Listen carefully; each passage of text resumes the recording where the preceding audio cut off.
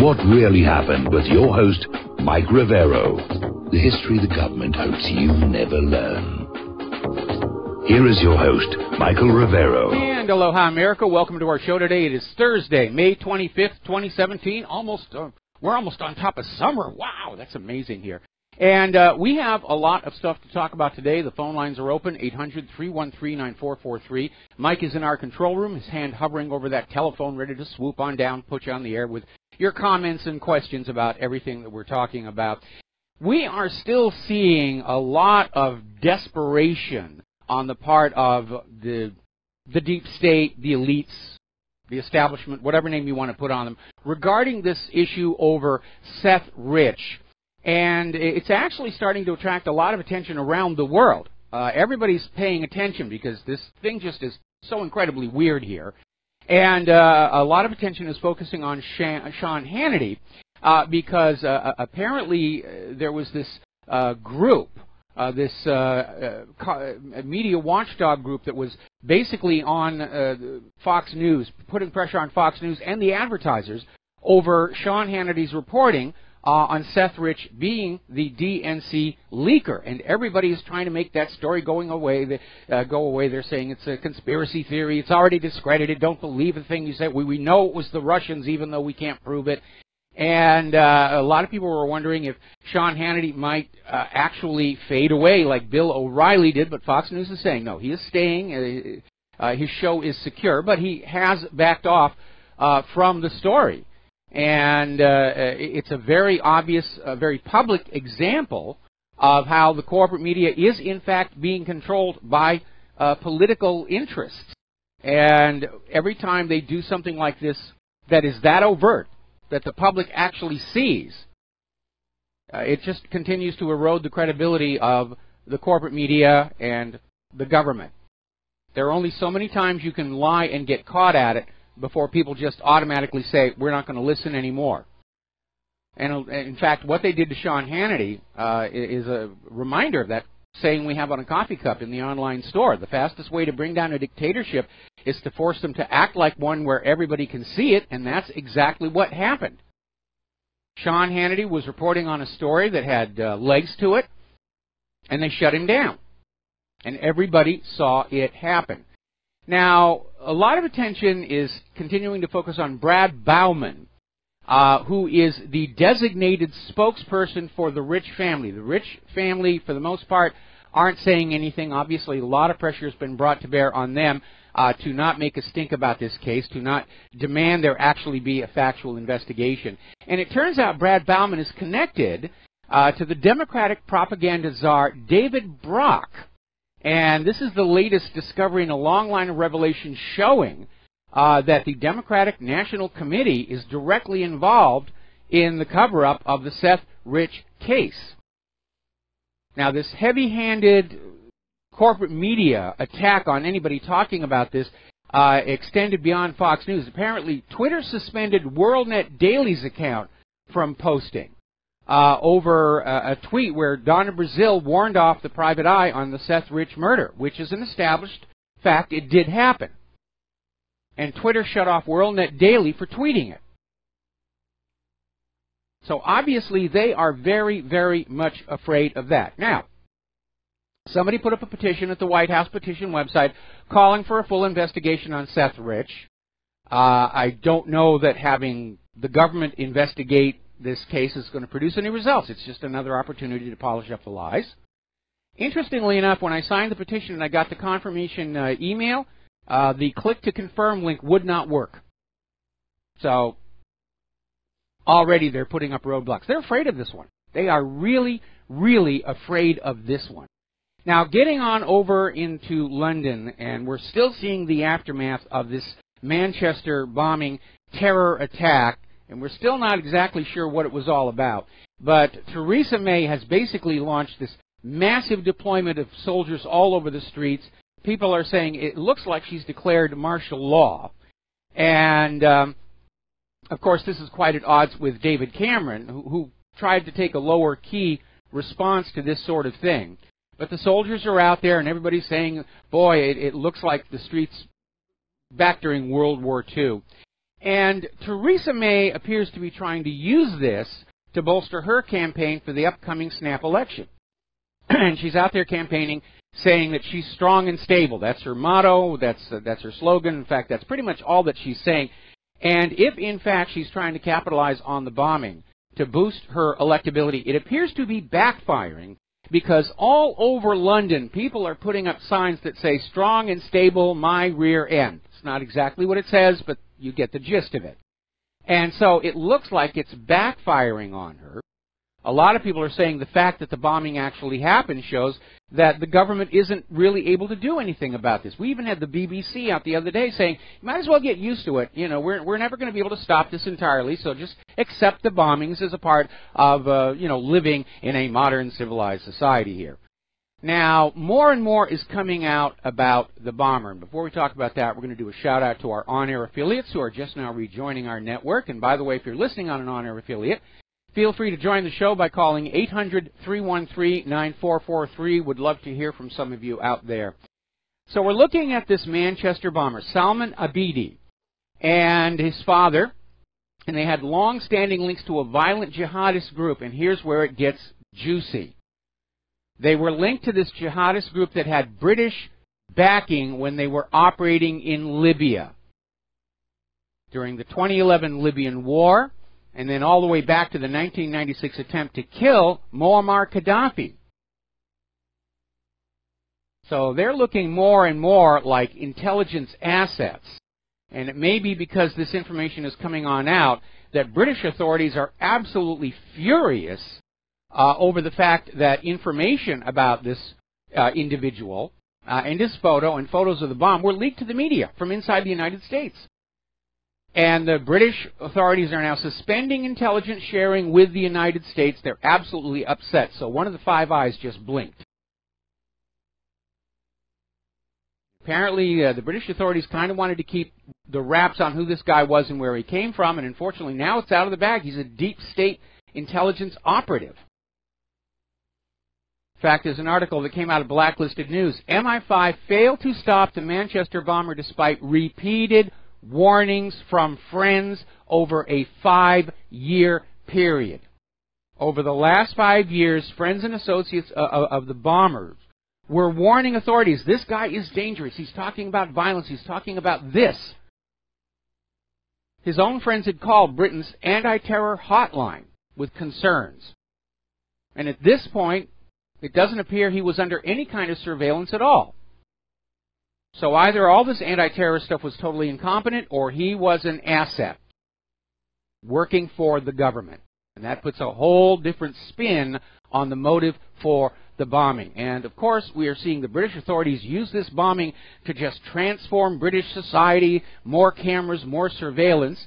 And apparently UK Tories are saying that they're going to use the Manchester bombing to ban working cryptography in the British Empire, and basically going to demand companies stop using encryption, even though there is no indication that this bomber was using any kind of encryption or social media to do what he did. Supposedly, the story is he's a lone wolf, although they've arrested several other people.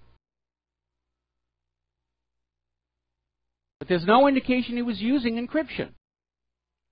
Anybody seriously planning a crime or an act of terror already knows not to use social media of any kind. Don't use the cell phones. Don't use email. It's all being watched. This is going to be a boon for steganography. And if you're not familiar with what that term is, steganography is a process by which you can bury messages in the low-order bits of image or audio data. If you look at a JPEG photo, for example, down in the low-order bits, it's very noisy. Most imaging is done still with CCDs, charge-coupled devices, and they're very, very noisy. So you can take out that low-order plane of bits that looks just like noise, and you can put in a message that's made to look like noise.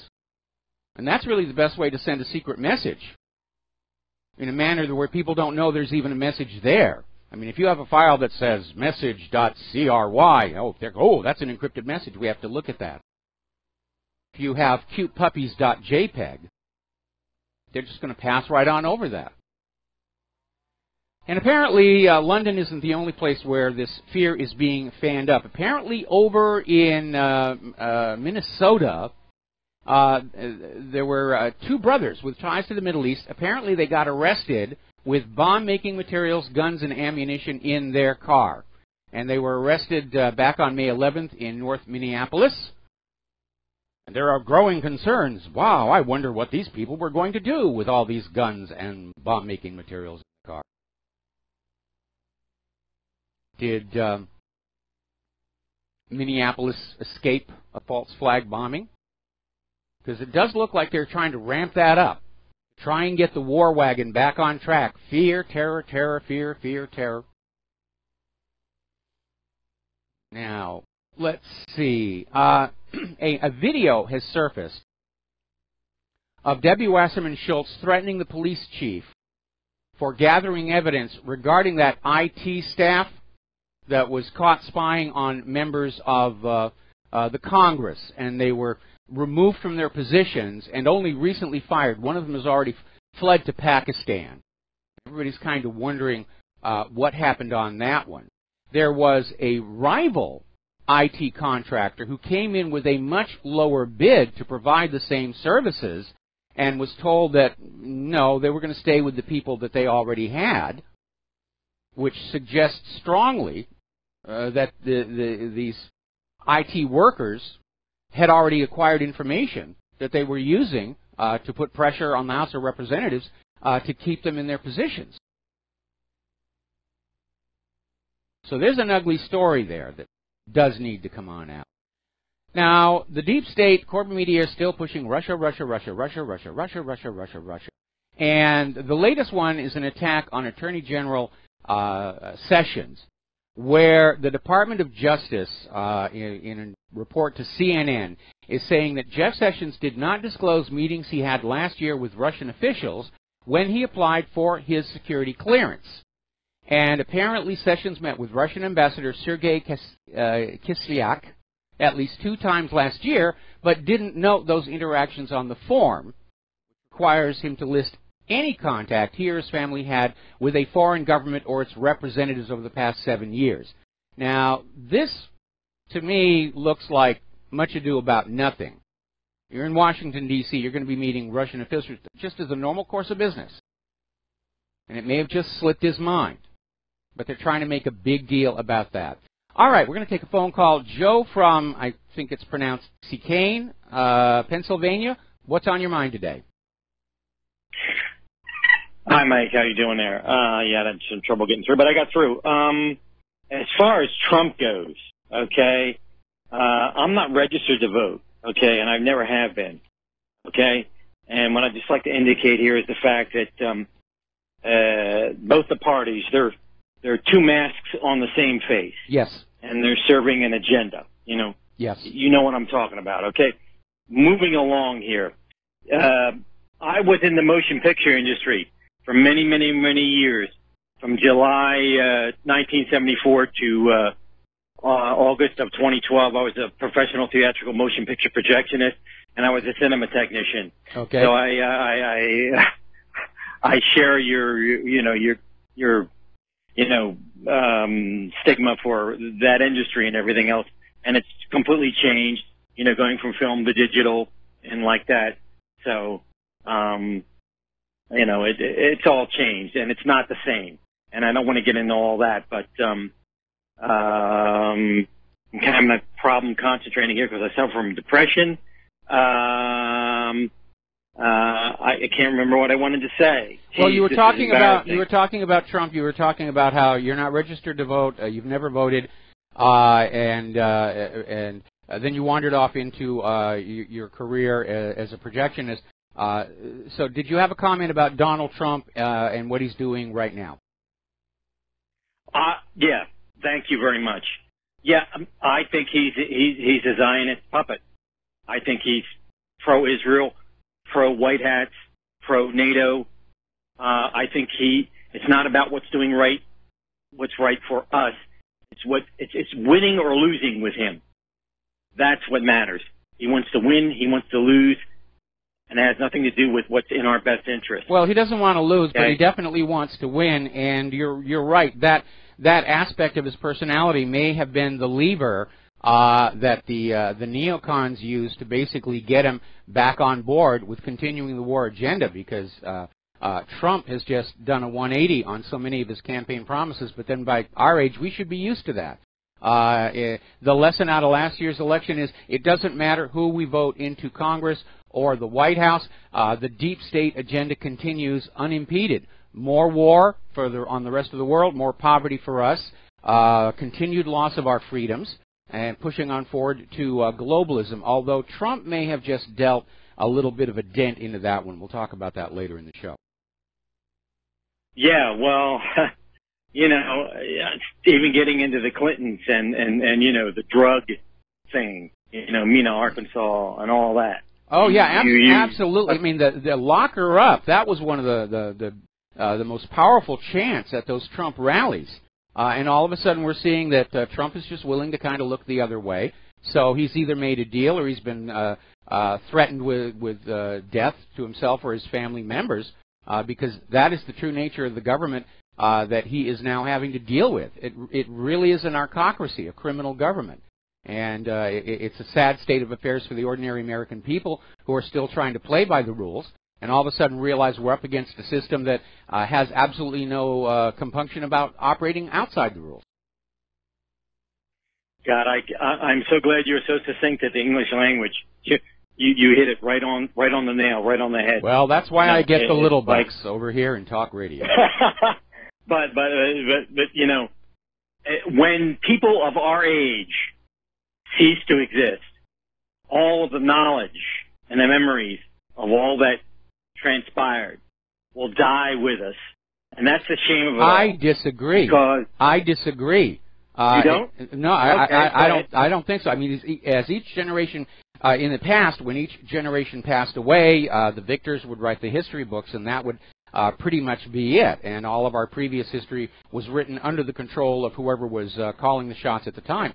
But the Internet has given humanity a collective memory outside government and corporate control, and we are seeing them try to regain control, but they are not going to succeed. And so when our generation passes away, I know that the content of my website has already been copied off thousands of times around the world and stashed away. Everybody knows now, once something is out on that Internet, you cannot take it back. And that is a blow for freedom for all humanity. There are a tremendous number of parallels between what's going on now with the advent of the Internet and the independent media and what was going on back when Gutenberg rediscovered movable type printing. Because Gutenberg's press changed the dynamic. Books became affordable to the middle class. Literacy soared. People started reading for themselves. And all of a sudden, the kings and the clergy did not have a total lock on what people were thinking. And there were efforts to try and suppress it. In fact, the first person to translate the Bible into English was burned at the stake by the church, along with his Bibles. But they couldn't really keep a lid on it. And institutions either had to evolve and adapt to the new reality of a better educated, more informed middle class, or they went extinct. And we're seeing exactly the same circumstance repeating now, where governments and corporate media are discovering they can't lie with impunity to the population anymore and get away with it. And they're either going to learn that and alter their behavior to adapt to that new reality, or they're going to collapse. And that's another one of the reasons why I think that the U.S. federal government is going to have a Soviet Union-style collapse somewhere in the near future. You put that very succinctly, and I stand corrected. Yeah, I'm a big fan of Vladimir Putin. Okay, if Vladimir Putin was running for the president of the United States, I would vote for him, okay? Yeah. Anybody else? I don't know. I don't know if you agree with all that. Well, he's definitely the only adult right now in that playpen called global geopolitics. Got to let you go, Joe. Got to take a break for commercials. Okay. We'll be right back. Aloha, America. Welcome back to the show. And speaking of the corporate media struggling to maintain control of the narrative, which they've clearly lost, and getting on back to this attempt to create an obstruction of justice charge with which to impeach Donald Trump. that is rapidly falling apart. As you know, the original story came on out where somebody read supposedly an excerpt from a memo written by James Comey to the New York Times. They ran with the story, then they had to retract that.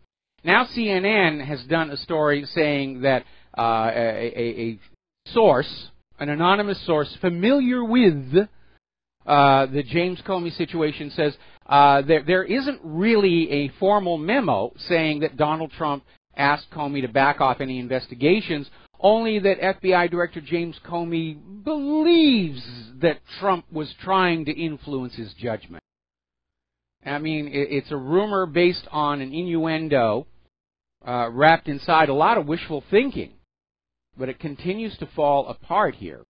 Interestingly enough, Senator Rand Paul is out there saying that the more they go into these Russia probes in Congress, the more it's pointing the wrong direction. It's going back to the deep state. It's going back to Obama and his spying on the American people. They're not finding anything that Russia did, but the more they dig, the more they're finding that the Obama administration was openly in violation of privacy law. So this could actually backfire. All right, we're going to take some more phone calls. Philip in Virginia, aloha. Welcome to the show. What's on your mind? Yeah, Mike, a couple things real quick here.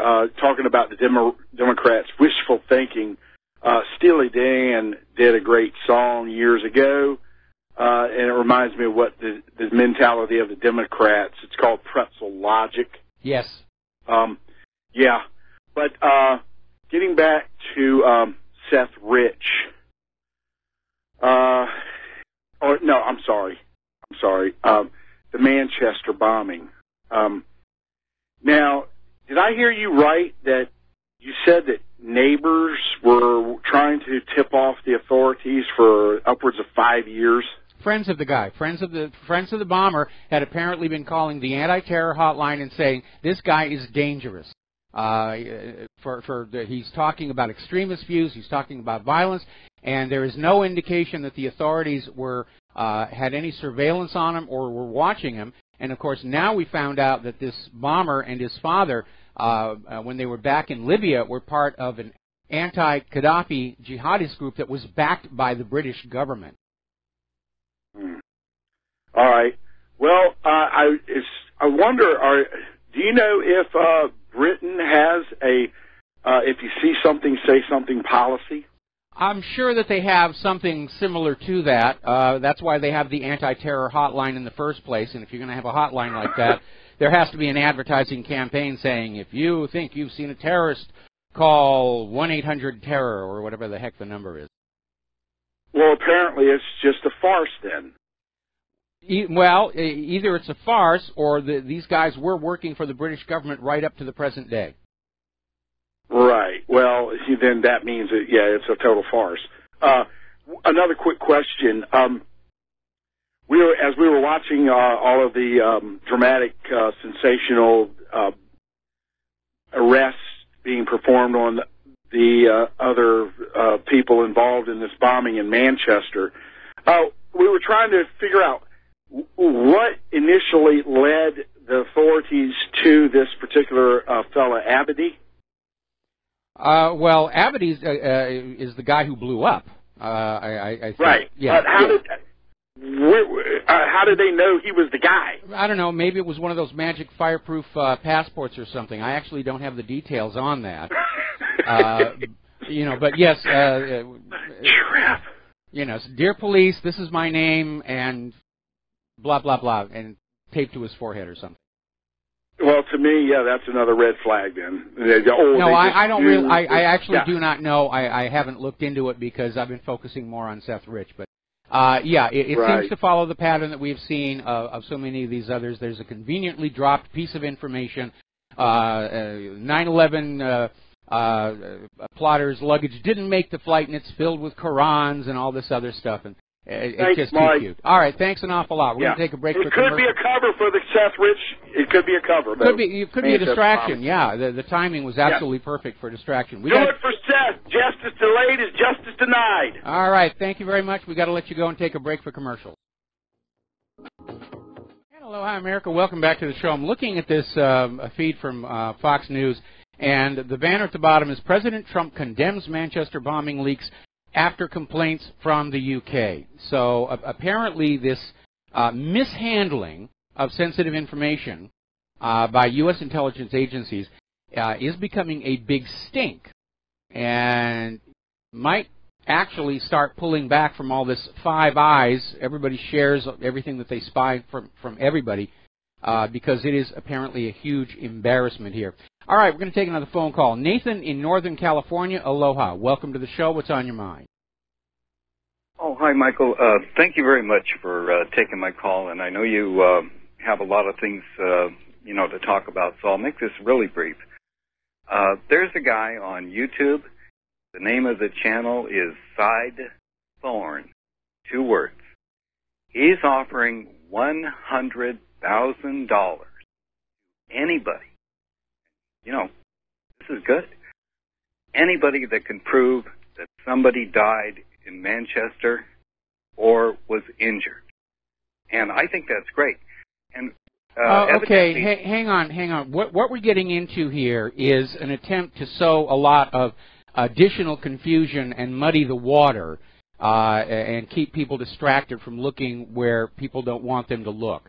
At this point, I know we have the same thing going on over at the Boston bombing, and it may have even happened in Manchester.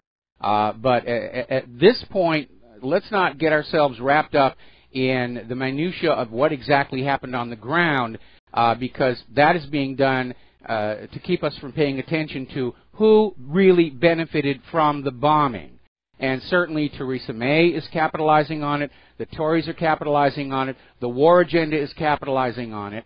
And I think that's where we need to be focusing our efforts. We need to sort of swim upstream. Theresa May, in my personal opinion, she was head of the British security or whatever. I think she's a traitor. I really think she is a dirty, rotten traitor, and the sooner England gets rid of this woman, the better. But last thing, Michael, I know I'm going nowhere on this call. His bank is in Austin, Texas, and isn't that where Alex Jones is? Yes. Yeah, well, I'll send Alex Jones $1,000. If he'll have this guy on for 15 minutes, I'll send you $300 if you'll have the guy on for a half an hour. That's basically all I had to say. I know we're bumping heads on this one. Well, we are bumping heads on this one. Wish you a great show. First of all, I do not book guests on this show for pay. That's one of the hard and fast rules here. And as far as what Alex Jones is going to do, Alex and I are no longer in communication. I have a lot of respect for him, and I admire what he's doing. But we've just fallen out of communication over the years. So if you're going to make that offer, you have to go on to Alex's show and make the offer to him. And I think he's probably going to give you the same answer that I did. All right, Nathan, thank you very much for the phone call. We're going to let you go here and get on back to the news. All right, so we have this continued attempt to sell this idea through endless repetition that Russia hacked the U.S. election, Russia hacked the U.S. election. And, of course, they're skipping over the history that the Central Intelligence Agency has interfered with at least 81 foreign elections in the past century. And so governments interfering with each other's elections in order to get a government voted in more favorable to their interests is kind of a standard thing that is being done, certainly by the United States of America. And there was a database amassed by political scientist Dov Levin of Carnegie Mellon University, and he's listed it all out, these 81 times. CIA has gone on in and interfered with the election process, democracy, in all these other countries. So what we have here is a classic case of the pot calling the kettle black. And again, something that everybody needs to keep in mind. All of the election fraud that was actually documented from last year in both the primaries and the general election favored Hillary Clinton. So the story that Russia was trying to rig the election to favor Donald Trump simply does not make any sense whatsoever. that we do have an election system that is wide open to fraud and manipulation, especially with regard to voter ID issues and all the illegal immigrants who were voting. That does need to be changed. And I was kind of expecting that Donald Trump was going to do something about this. Now, I know he's set up another commission, but so far we haven't seen anything come out of the commission. And unfortunately, the same thing is true of the Vaccine Safety Commission.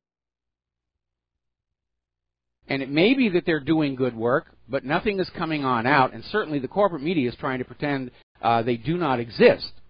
Firstly, because the corporate media is itself involved in manipulating elections in this country, and corporate media is very dependent on pharmaceutical advertising from the very companies that are being looked at by the Vaccine Safety Commission. All right, let's take another phone call. James on Maui. Aloha, brah. What's up? Oh, a couple things.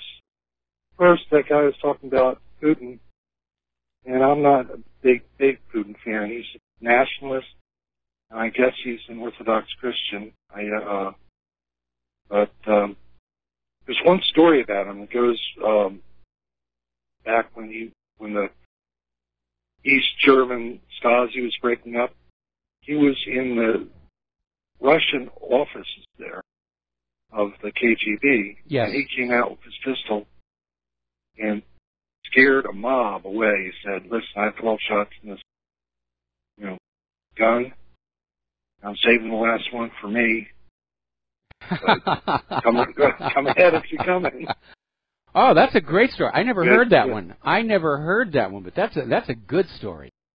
So, yeah, well, but the very fact that he was in an intelligence service, which is, there's not much good you can say about KGB, at least as far as I'm concerned. Well, let me get in here a little bit. There's not much you can say good about the CIA, and that's where George Herbert Walker Bush came out of. He'd been director of the CIA. He was involved with the CIA back when John F. Kennedy was assassinated. Yeah, and there's rumors that he was in part of the assassination party. Yes. It was so botched, I believe it. For starters, why didn't they have the guy that actually shot him on the grassy knoll have a suppressor on his rifle? It would have maybe thrown off when they had that.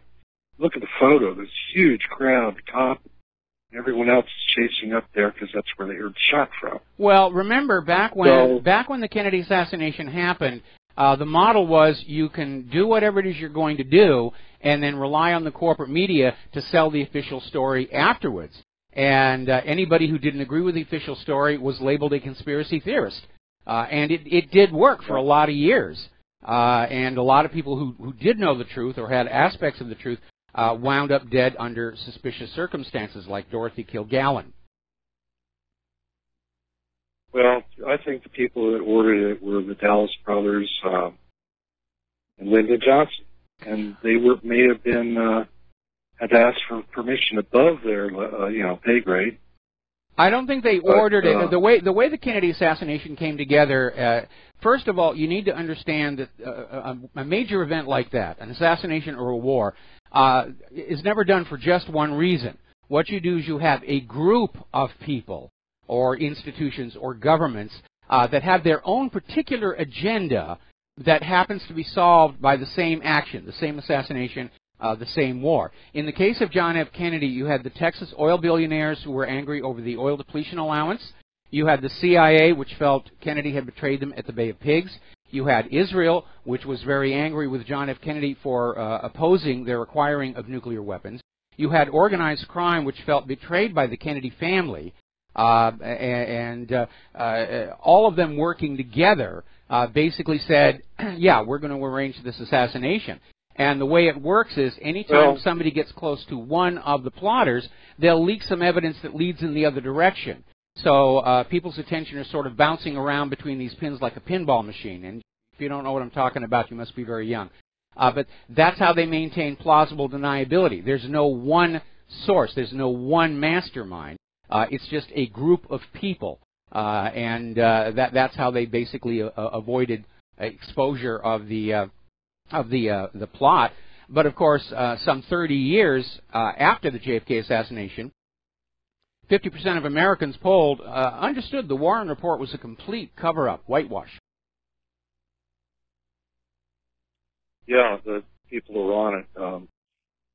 Anyway, you know, the reason they're doing this whole Russia deal is on account of the Clintons with foundation with the Uranium One. Yes.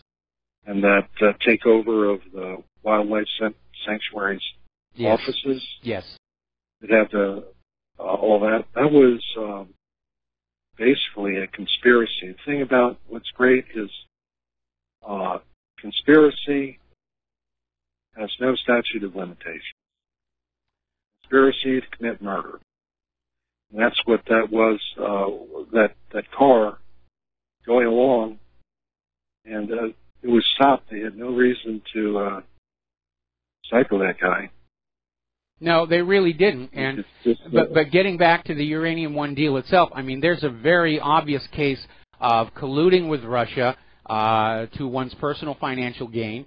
But the corporate media is ignoring it because their mission is to make you think that Donald Trump is in cahoots with those evil Russians, and in order to protect, well, basically the oligarchs who still want to continue running the country as their own personal little piggy bank. Okay? I suppose. Yeah, I've been not really listening to your show. I'm trying to get back into cognitive dissonance. Because it's just distressing me here. I don't need any stress. And current events, now this trip of Trump's over to Saudi Arabia just has me irate. I think about it. Well, it's angered a lot of people because he has reversed some of the pledges that he made on the campaign trail about reducing our entanglements in other parts of the world, especially the Middle East, and now he's over there selling these huge arms deal to Saudi Arabia, which has a lot of people very upset about that. And Trump's backers are out there trying to say, well, you know, just consider all the jobs that this arms deal is going to create, which sounds good for the economy. But as one of our readers wrote on in, what a sorry state of affairs it is when the only way we can create jobs in this country is because of mass murder in other parts of the world. I go along with that, you know, and when I was a kid, my dad worked for Univac, and oh, I remember that.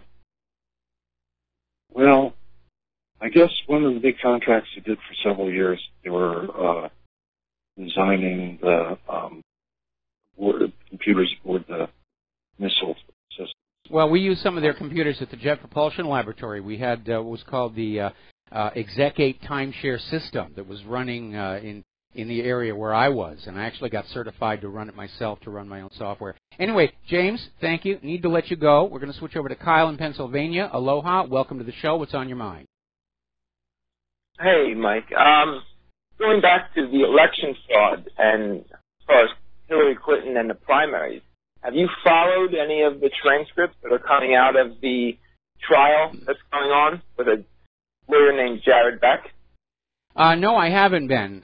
You know, there have been so many other things that have been taking my attention, but I would love it if some information is coming on out confirming that there was more election fraud on behalf of Hillary Clinton. I mean, Hillary and her people are still out there saying she won the popular vote, but we already know that her margin in the popular vote is much smaller than the estimated number of illegal immigrants who were voting. Now we're finding out there were multiple votes, multiple registrations in states, and we're not just talking about somebody who moved from one state to another and re-registered. We're talking about people who turned out to have active voter registrations in 3 and 4 states. So I'm going to send you a copy of these transcripts. Okay. Now, these are from Bernie Sanders' lawyers, and these are Hillary Clinton and Debbie Wasserman Schultz are trying to get the lawsuit thrown out on the basis that they are the Democrats. This is what they're arguing in court. You have to read the transcripts. That they are allowed to rig primaries, and that if the court were to take this to trial, it would be a violation of the First Amendment. Boy, that's a bit of a reach, and it all depends on how corrupted the judge is, whether he's going to go along with that. But to the best of my knowledge, and I'm pretty sure most Democratic voters are going to agree with me, the Democratic National Committee does not have a right to rig the primaries to their favored candidate. That is absolutely fraud. They're also arguing that there's no way to determine what a Democrat is, and that the people who funded both the Clinton campaign and the Sanders campaign through many hundreds of thousands of private donations, they don't count as Democrats, so they can't be defrauded because there's no such thing as a Democrat. This is what they argue. That's a bit of a reach. I would imagine that whatever, when they sign that voter registration card, that would identify them for legal purposes as being part of the Democratic Party. Yeah, I'm going to send you this stuff. This should be front page news on every newspaper in the country, and it's shocking that it's not. Well, we've touched on some of the high points of that in the past, but yeah, that is really a little bit out there to say that the Democratic National Committee has a right to rig the primaries. And we know on the face of it that's absurd. If the Democratic National Committee had the right to choose the nominee, why have primaries to begin with? See, that's where that argument breaks apart. Why would you collect money? That's fraud, to collect money under the assumption that it's a fair and balanced election. I would agree. The DNC isn't even arguing that what they did wasn't fraud. They're not even arguing. They're just arguing that, yes, it was fraud, but they were allowed to do it because of their bylaw. Well, the other one that is really very, very absurd is claiming that the First Amendment right to freedom of speech protects their right to commit fraud. And that's not true.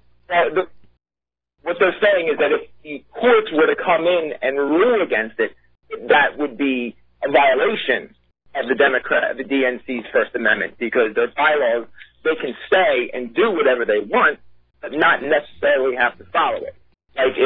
And the argument that they're using is not a lie. That's absurd. That is absurd. All right, Kyle, going to have to let you go. Got to take a break for commercials. We'll be right back. Hello, hi, America. Welcome back to our show here. And apparently Joe from Pennsylvania called back with a postscript on his earlier call. So, Joe, what did you want to add? Joe, are you there? Hello, you there? Yes, you're on the air. Okay, thank you very much. One thing I wanted to say, I called you a few years back. I suffered with depression for many, many, many years, okay? I had one fiancé die of a heart attack in front of me, and I had another woman I was married to for 9 years commit suicide. So, that isn't a prerequisite for depression. I don't know what is. But people that are struggling with antidepressants, SSRIs, SNRIs, mood stabilizers, I wanted to say one thing. I wanted to get it out there to your listeners, okay? I beat it, okay? And I'm going to tell you how I beat it. And it's not what's recommended, but I did it because there's no taper. I went cold turkey. And I'm going to tell you something. I quit smoking. I quit drinking. I quit taking all the SSNRIs, mood stabilizers, all that crap. I went about 2 weeks, and I became aphasic in my speech, and I had involuntary muscle spasms. I went over to a hospital emergency room, and what they ended up doing was putting me on a benzodiazepine. I guess it's the Xanax. But I beat it. I went cold turkey. Yeah. I got that crap out of my system. Okay, well, first of all, I'm not recommending it. Okay. I'm not recommending it. I'm sorry to cut you off. I'm sorry to cut you off, but we're coming up on the top of the hour commercial break. I admire what you did, and yes, all of us need to find our ways out of whatever our particular chemical dependencies are. But in regard to the SSRIs and prescription medications, quitting them cold turkey can be very, very dangerous, and you need to talk to your doctor about that. And I know that because back when Claire was dealing with her joint pain, before we found out it was linked to formaldehyde, they had her on a specific medication, and she did not like what it was doing to her. So the doctor said, okay, go ahead and quit. And the doctor failed to tell her that she needed to taper off. So she tried to cold turkey, and she almost went into convulsions. So great that you're off those medications, but you do need to be very careful about how you do that. Yeah,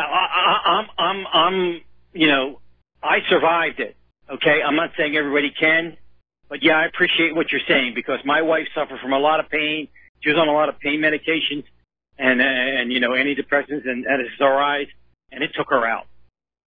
Yeah, we went through that as well, and we finally figured out it was these formaldehyde precursor chemicals in low-end cosmetics and household cleaning products that were causing the joint pain. And apparently it's a widespread problem, but nobody wants to address it because the manufacturers of these products like to use these formaldehyde precursors as a preservative to basically control decay and product loss to maximize their profitability. Anyway, listen, Joe, we're going to let you go. And one more time, little rule we have here. One call per caller per show. Please don't keep calling in over and over and over and over again. All right, we're coming up here on the top of the hour. Very interesting article that came out over in John Rappaport's website saying, peace through mutual blackmail, is that what's going on in Washington, D.C.? Because we know there's all this crime and corruption, but nothing ever gets done. And it's almost like there's a tacit agreement. I won't spill your secrets if you won't spill mine. That's a terrible way to run a government. We'll be right back.